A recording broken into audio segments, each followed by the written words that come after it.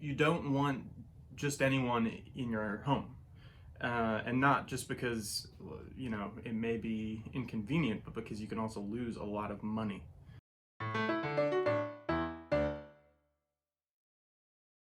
If that tenant doesn't pan out, you're looking at months of lost income as well as a potential eviction. So you want to take all necessary precautions to make sure A, that person is going to pay the rent, and B, that they're going to abide by the rules of the lease. So there are things that you can do. Everyone knows about the credit check. A lot of folks who lease on their own do a credit check. Excellent. It's a great place to start. You also want to do a criminal background check, eviction check, nationwide eviction check if you can, bank statements if you can obtain them. That way you can verify proof of income in relation to the rental amount, whether it's going to be adequate. Possibly most importantly, verifying landlord references. So actually talking to their last 2 landlords, not just one.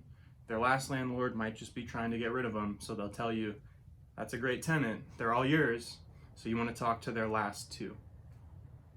A lot of folks would assume that the best tenant is the one that will pay the highest amount of rent.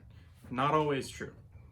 If you reduce your rental price when you're advertising by $100, and that allows you to put together a pool of candidates, and that way you're able to look at 10 applicants. It's much better to have 10 applicants than only one, but that one is willing to pay a higher price.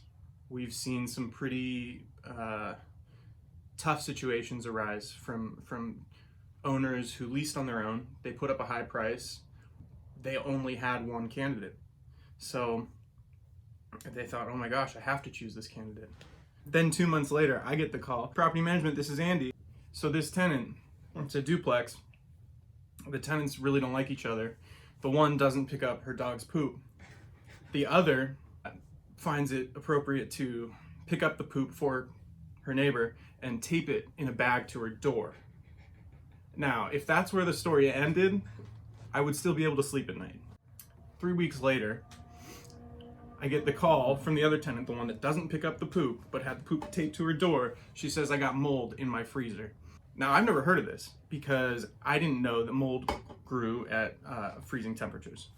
So I gotta check it out, right? I don't have anything better to do. I go there, she opens up the freezer. Lo and behold, no mold, we're good. We're in the clear on the mold. She had been saving the dog poop in the freezer because it was evidence in the case that she was making against the other tenant. Like she was gonna send this in a lab, CSI style, and they wouldn't be able to analyze it unless it was preserved in the freezer. This is a true story.